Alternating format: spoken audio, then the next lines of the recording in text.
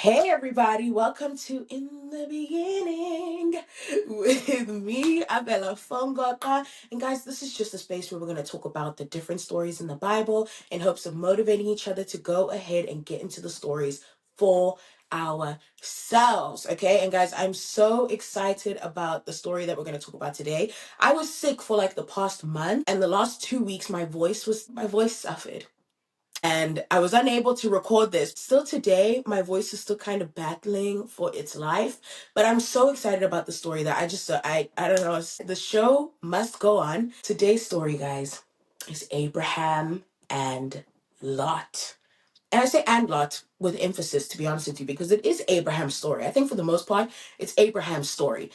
But to me, heavy on the and Lot. Okay, I don't think that I'm biased in any of these stories. Like, for the most part, I try really hard to not be biased. Like, I just try. I know I have opinions. I know it's like, is she trying? I know I have opinions, but like, I do try. But I am biased towards Lot. I'm gonna tell you that right now for free. I've heard all the arguments surrounding Lot and what he could have done better and what they think and why he shouldn't have done this and da da da da.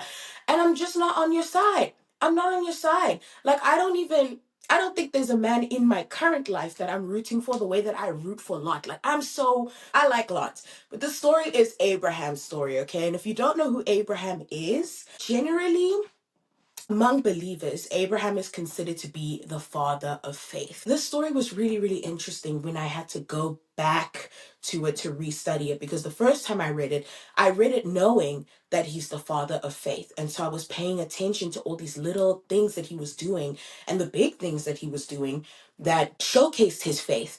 When the truth about Abraham, okay, I'm not judging, I'm just saying. Just saying. The truth about Abraham's story is that, yes, he was taking leaps of faith, but Abraham had this habit of either trying to control the way in which he leaped, or he was like laying a cute little safety net down for himself. It really changed the way that I was looking at Abraham. It changes the story as a whole, because then you stop focusing so much on the fact that he's this big father of faith and he does it all right, and you're like, oh my goodness, he was human. He was human, but God was still faithful to the end. God did what he said he was going to do. But Abraham, oh my goodness.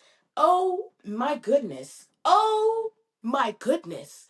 Okay, so let's get into the story. Who is Abraham? Who is Lot? The story starts with a bit of a genealogy that takes us from Noah down to Abraham.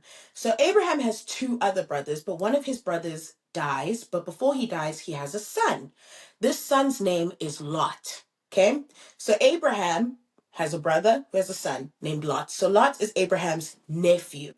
And it becomes very clear throughout this story that Abraham has kind of taken on a fatherly role in Lot's life. The reason I say that is because, quite literally, the story begins with God telling Abraham, leave your father's house, leave your family, get up, go to a land that I'm going to show you. And Abraham does get up, and he takes his wife with him, which is expected, like, it's not like God's going to be like, hey, get up and leave your wife and go. Like, no. So Abraham gets up and he takes his wife and he takes Lot, and he goes to the land that God is going to show him.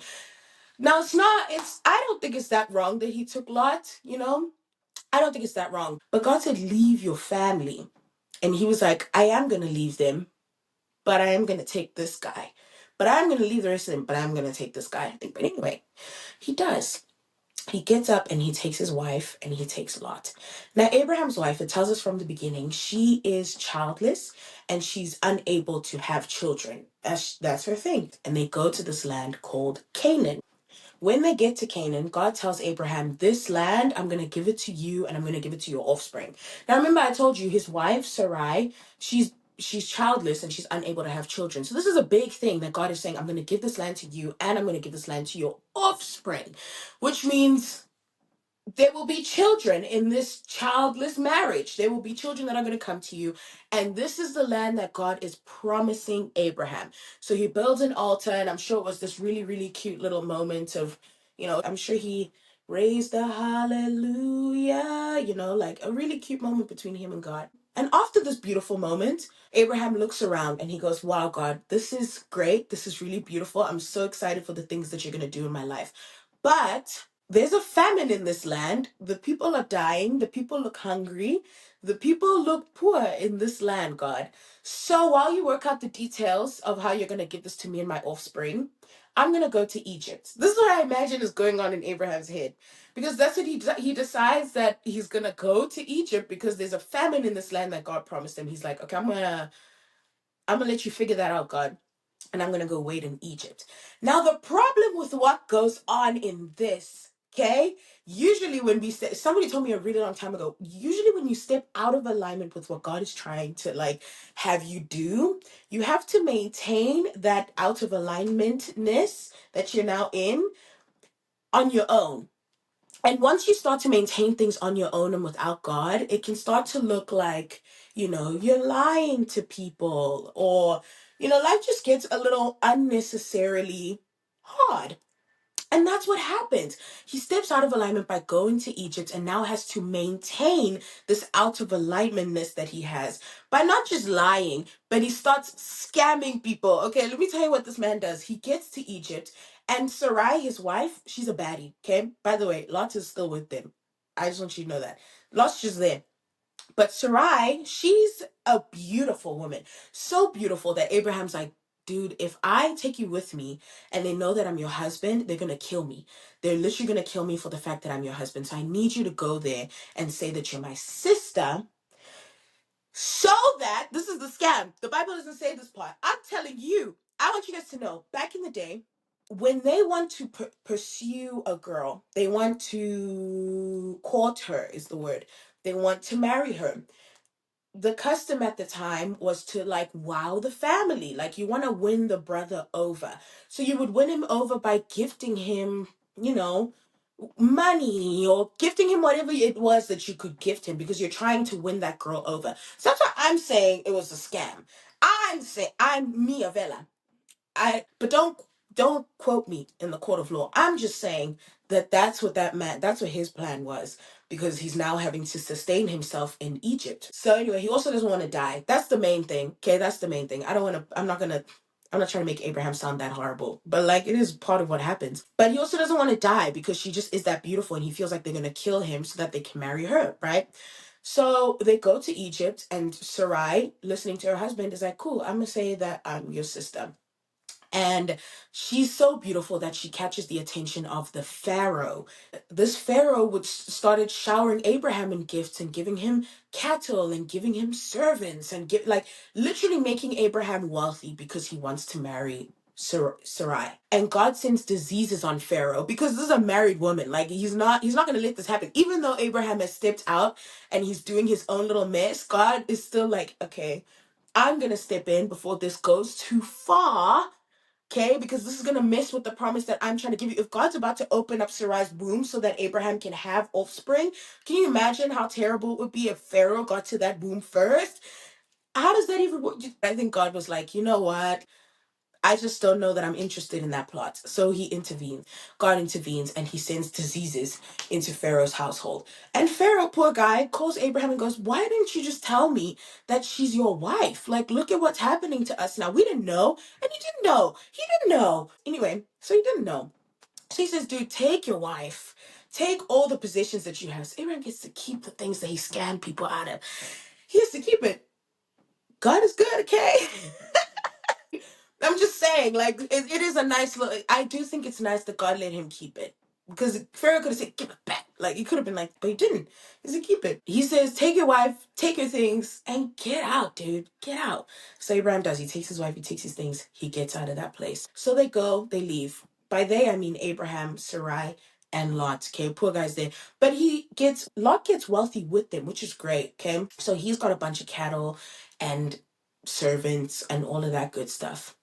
The problem arises now once they've left Egypt. The land that they now were in wasn't able to sustain both of their wealth at the same time, if that makes sense. Like, their herdsmen, Lot's herdsmen and Abraham's herdsmen, started like arguing with each other. They both have a lot of livestock that needed to eat, and ground can only support so much life at a time. So Abraham goes, okay, dude, this arguing isn't good for us. We need to separate. And Abraham, like a nice little fatherly figure, goes, Lot, look all around us.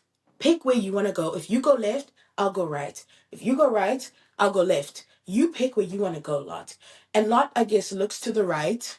I think they use directions like north, east, southwest. I can't remember which direction he looks at. But whichever direction he does look at, he's like, this looks good. It looks like it's going to be a good place to go. So I'm going to go there. And Abraham's like, okay, bet. So I'm going to go the other way. Now, I want to include that this land that Lot picks for him and his people to go to, it says that it was near Sodom and that they already knew that Sodom was wicked and sinning greatly against the Lord. And the reason I say they know that is because they bring it up before we then find out how badly they were sinning against the Lord. They bring it up. They say Sodom was sinning greatly against the Lord. So I think like the arguments that I saw were like, well, why would Lot pick to go near a land where he knows people are sinning greatly against the Lord? It just told you why he would pick that land. Because he looked there and it looked good. The arguments I read, people were like, maybe the point that's trying to be made in the Bible is that sometimes things will look good, but it's not the right decision to make. Like looks can be deceiving. You don't always want to go somewhere just because it looks good.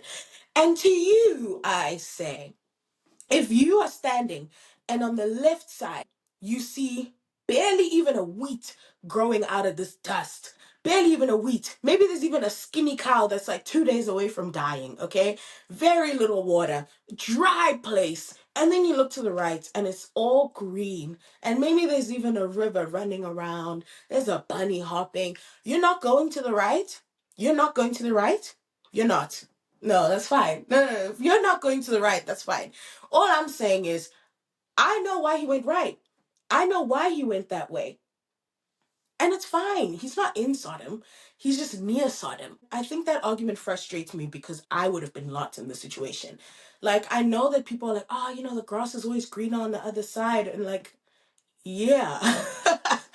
It is, in fact, greener on the. It is. That's a great argument to make in hindsight, like to look back and be like, man, that was really deceiving. But in the moment, I have all these people that are relying on me to make a good decision so that they can live. Because you have servants, right? They need to live. I need to live. I have livestock that needs to live. Why in the world would I not pick the side that looks like it would do that for me? Do you get what I mean? So I say all that to say, I'm sorry if it felt like I was attacking any of you that didn't understand Lot's point of view.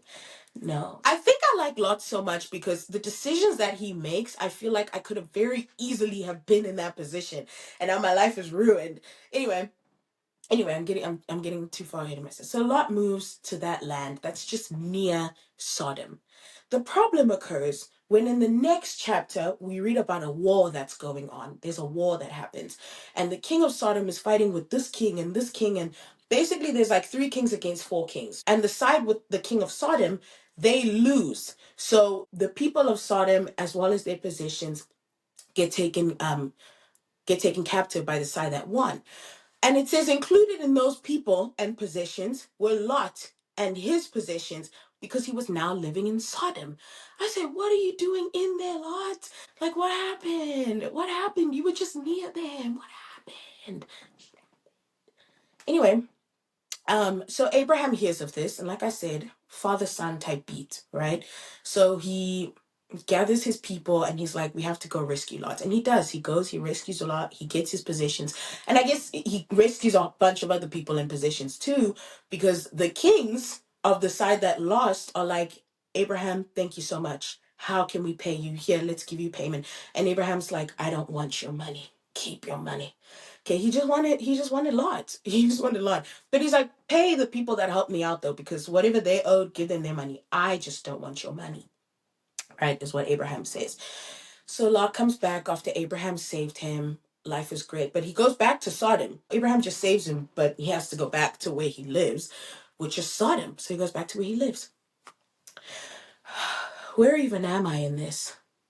So remember, like, Abraham has rejected this reward and all of that good stuff because he just wanted Lot. And he's a pretty righteous dude. And God comes to Abraham and he's like, don't worry, Abraham, I'm your shield. I'm your great reward. And Abraham's like, God, that's great, right? But when I die, I have no one to pass this great life, these blessings that you've given me. I have no one to pass that on to. I have no child.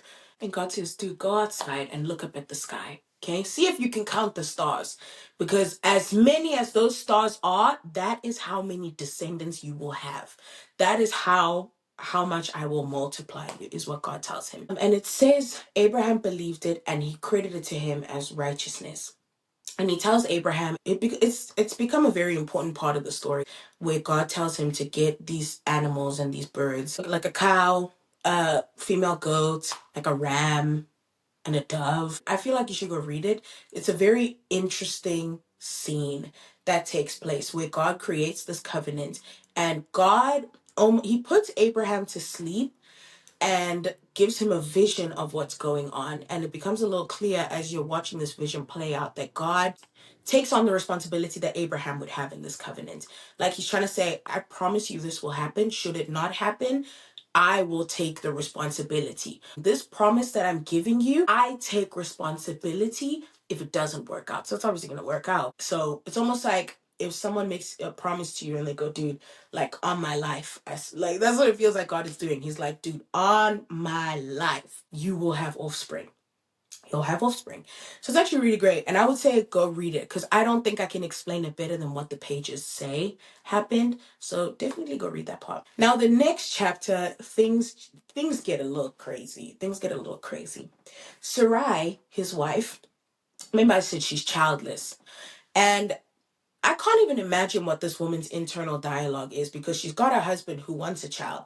She's unable to give him a child.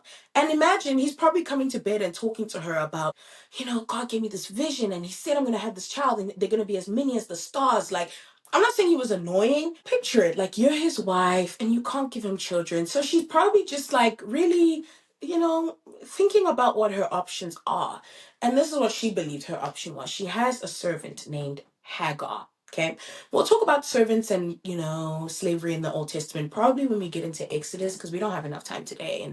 But just know that it's not necessarily the way we look at modern day slavery.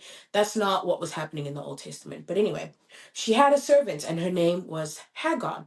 And she brings the servant to Abraham and goes, okay, I can't have children, but sleep with my servant and she'll give you a child. Because back in those days, if the servant had a kid with her husband, it would be Sarai's kid, even though she didn't push the kid out because that's her servant, that would be her kid. And Abraham's like, okay, cool. So that's what happens.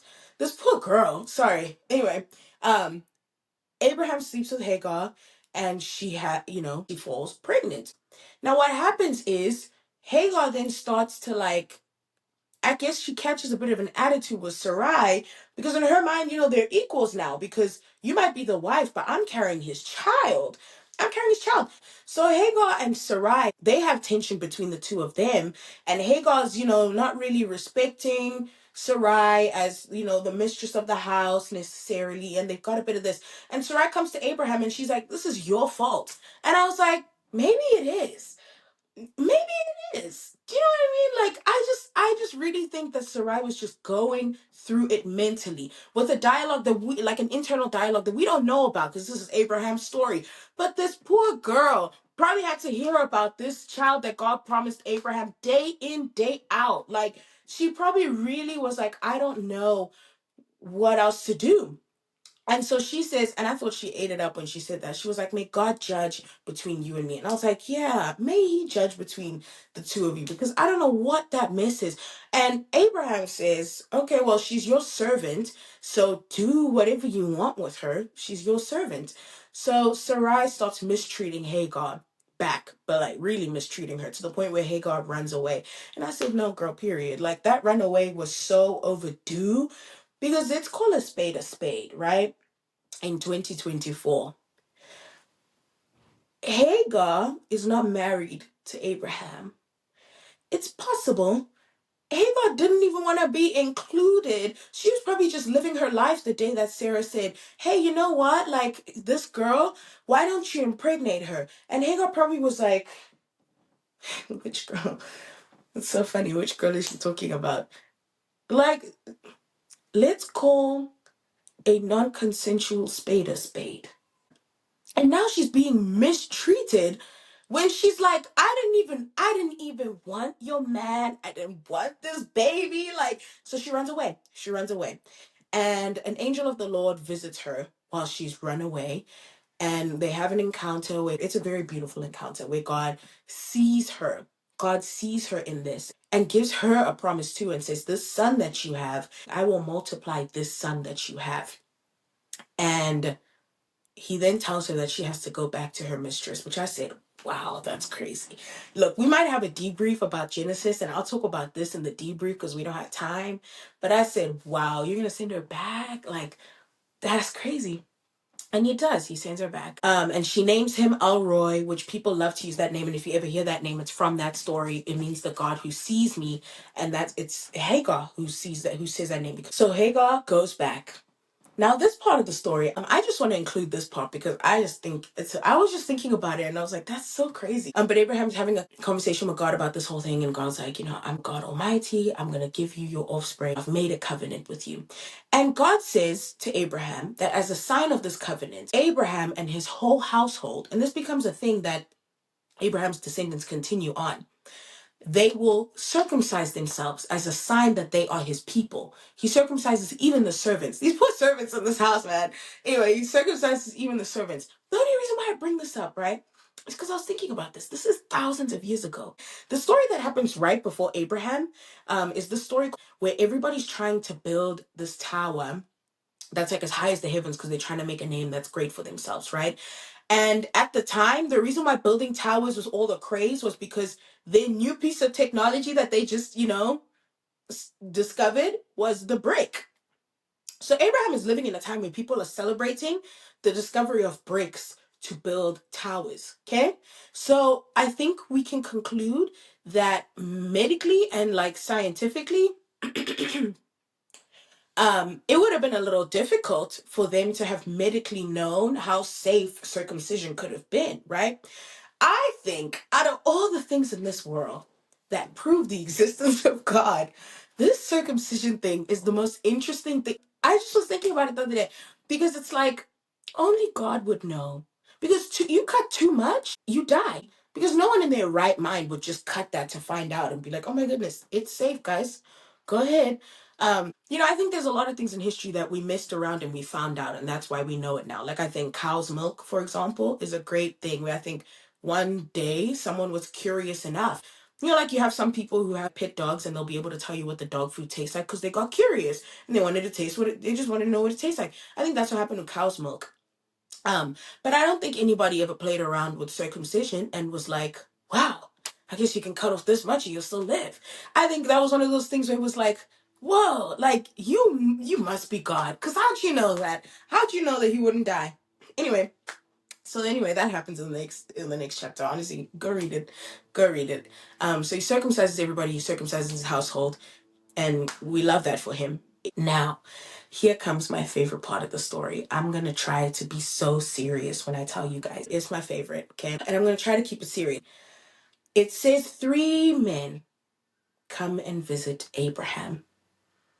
And so the general idea around those 3 men is that those men were 3 angels of the Lord who came to visit Abraham. And Abraham spots these 3 men and he does what any good host would do. Hospitality is a really big thing in the Old Testament. You got to be a good host. But I think he also knew maybe that these were angels of the Lord. Or maybe he didn't and he was just a good host. Anyway, he's like, let me make you something to eat. Please, please stay here. Rest for a little. Let me get you something to eat. And they do what they can. He gets Sarai and he's like, girl, get it together, girl. We got good guests here. We need to make something real quick. Need the bread. Make some bread. And so, the guests stay a little, they eat, they chat with Abraham. Now, Abraham's old at this point. He's like, I think he was like 99. When Abraham circumcised everybody, he was 99 years old. I can't find how old he is at this point, but we know he's older than 99 because he's already circumcised, right? And the reason that's important is because these angels of the Lord come and they tell Abraham and they remind him, God is going to give you a son. Not only that, they say, this time next year, Sarai will be pregnant.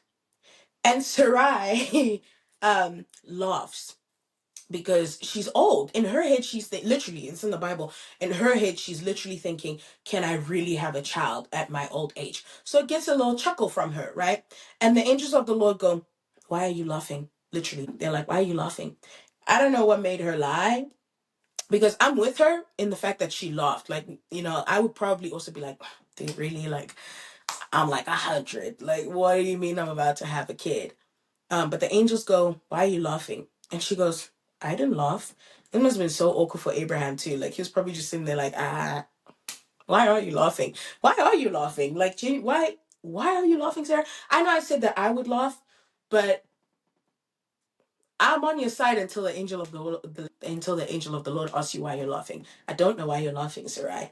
I don't know why you're laughing. At least I don't know why you're laughing here. We could have spoken about it later and giggled. She says, I didn't laugh. And they go, yes, you did. And I think that whole exchange was just awkward because we don't know anything else that happens after that. That's where the conversation ends.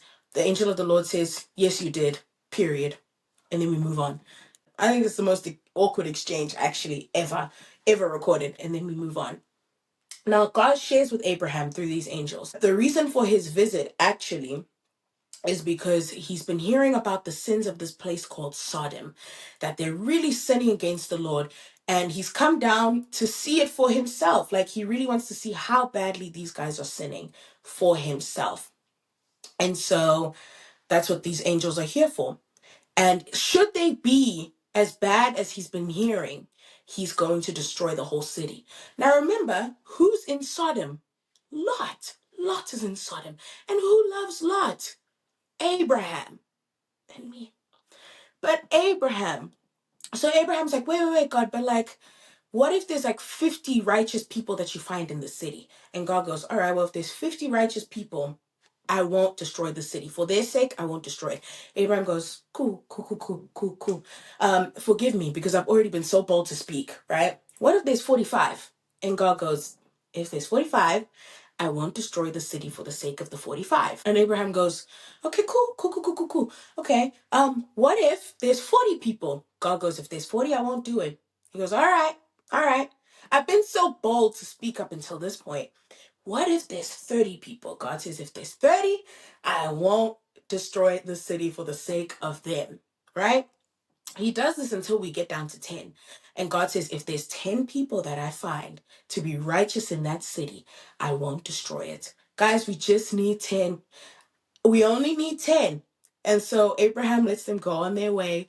And I'm sure he's thinking the exact same thing that I'm thinking right now, which is give him 10, please. Let they just be 10.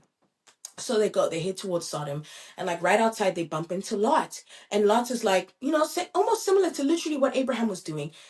Hospitality, please come inside. Let me make you something to eat. Please come inside. So he comes in and things are going good so far until there's a ruckus outside of this house.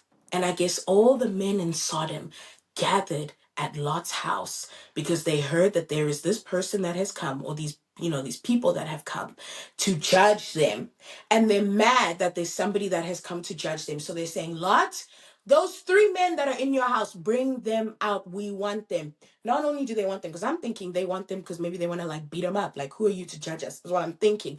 No, guys, they wanted those guys to come out, the angels of the Lord. They want the angels of the Lord to come out so they could have, I don't know if I can say the word, but they wanted to have inappropriate relations.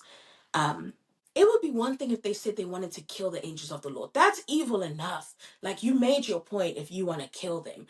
But you don't even want to kill them. You want to defile them. You want to do dirty, nasty things with the angels of the Lord. So pretty much, as you could imagine, because God was here to scope out the situation, this is enough for God to be like, oh, it is that bad. It is that bad. But Lot goes outside. Look, I'm going to tell you the story, and I want you to remember, I don't have a single judgment against Lot. So Lot goes outside, and he's like, guys, please, don't do this. Don't do this. And he's trying to like appease these men. He's trying to appease them, like, guys, please don't do this. Don't do this. And he says, look, I have daughters in there, okay? Why don't I bring them out to you? Have them leave those men inside. Now, those men are the angels of the Lord, guys. You have to think about what is going on in Lot's head. Not only, okay, back in those days, hospitality was serious, man. When those people are in your house, they are your responsibility. Like, nothing can happen to the people that come inside your house. They're your responsibility. He can't offer himself and be like, take me instead, because then they'll probably take him and everybody in the house. Everybody dies. Like, that's not gonna slay the way that we think it is, you know? So he says, take my daughters instead. Now, is that crazy to say? Yes, it's crazy to say. But like, it's the angels of the Lord in there, guys. Like, he's trying to help everybody, really. Small sacrifice for a bit. Just, why would you, do you know what I mean? Not like a small sacrifice, but like, this is called appeasement. It happens in history where to avoid a bigger thing from going on, sometimes you have to give someone, sometimes a small catastrophe has to take place to avoid everybody dying. I'm not saying it's good. I'm saying I understand. That's all I'm saying. So that's what he says. That's what he says. But they say, we don't want your daughters. We want those 3 men inside your house. Bring them to us so we can have inappropriate relations with them. So they start wanting to like overpower Lot to get into the house, and the angels grab Lot and they bring him back into the house. And they say, Lot, you and your family get out of here because we're about to destroy this whole city. Get out of this city. And Lot had son-in-laws, but these son-in-laws thought that the angels were joking, so they giggled. So the angels, you know, grab Lot and his family, but not the son-in-laws, because I think they had enough of people laughing at them. You know, first Sarai and now these son-in-laws, like they were like, you know what, you guys can stay because actually you're probably part of the problem. You know, like these son-in-laws, the daughters probably met them in Sodom anyway. So the angels were like, really, we're supposed to destroy you too anyway, and you don't believe us, so you're gonna stay. So you're gonna stay. And the angel of the Lord gets Lot and his wife and the 2 kids out of the house and tells them, run and don't look back, right? First they say run for the hills, and Lot's like, please just let us run for that little town. First of all, you know, we just really don't want to get caught up in this. And they're like, fine, run to the town. So the angels say, but listen, Lot, run and don't look back. Run, run. And so they take him out and they start running. Boom, boom, boom. They hit bricks, dude. I imagine they really hit bricks. But now Lot's wife came. Lot's wife looked back and turned into a pillar of salt. So she dies, but she specifically turns into a pillar of salt. And for a really long time, I was like, man, that sucks. Because, like, I kind of relate to what happened in that so often, too, when we're, like, you know, running away from our old lives, or just even when we are running away from things, I feel like it's human nature to, like, look back. But I do now, after thinking about it, think it was more than a look back. Like, for her to turn into a pillar of salt, she got caught up in the destruction that was taking place, the sulfur and all of that stuff that was destroying the city. Like, she might have looked back and slowed down. Maybe she was having regrets. You know, Lot probably met this wife in Sodom too. So it's like, I'm not going to say anything about her that the Bible doesn't say. But I'm just saying, like, I think the sulfur got the people it had to get, you know, like the people that it was meant to get, I think it got. But I think, you know, maybe she even tried to run back. Whatever she did, she was in place long enough for the sulfur that was destroying the city to catch her. And that's what happens. She dies. She turns into a pillar of salt. Now, poor Lot, guys, as if it couldn't get worse. Okay, let's recap Lot's life. Dad, dead. Abraham no longer living with him, which isn't that sad, but like it is kind of sad. Like I'm sure he, you know, if he had it his way, he would have probably lived with Abraham as long as possible. He also was the victim of a war, you know, who knows? And he probably suffered really bad during that time. They probably beat him up. We don't know what happened to him while he was a prisoner, you know, while he was a captive. We don't know what happened to him. And now he's had to run away from his home. Remember, he had possessions. He was a wealthy guy. He's had to run away from his home because the angels of the Lord have literally destroyed the place that he lives in. And he's just watched his wife turn into a pillar of salt. Actually, did he watch her? Because if he saw her turn into a pillar of salt, he might have had to like look back, which he can't do. So he might not even know his wife turned into salt, but she's not with him. That's what he does know. She's not with him. And he doesn't have any sons to continue his name on. He's only got daughters. He's got 2 daughters. Now, guys, please remain in your seats for this next part. Please remain in your seats. His daughters thought the exact same thing that I just said. They were like, our poor father has no sons to continue his line. So they concoct a plan and they say, I don't know why they didn't just think, let's find him a wife. But anyway, they say, let us get our father drunk and sleep with him so that we can have children for him. What? Now, the Old Testament's also tricky when it comes to things like that and righteousness, because it's like there's stories that we're going to come into. We're going to read stories about people where it's like the relative passes away, and in order to receive, out of respect for that relative that's passed away, typically the brother will have to sleep with the wife to then continue that person's line, the bloodline. So this is a thing that goes on in the Old Testament. But the fact that you have to get him drunk tells me that if they told Lot in his right mind, hey, we're going to sleep with you so you can have a son, Lot might have been like, no, I'd rather not have one than for you to do that. So now Lot, we have so many victims in this story. Poor Lot. His daughters get him drunk, and we're gonna call a non-consensual spade a non-consensual spade, man. So the first daughter does it. She gets him drunk. With him.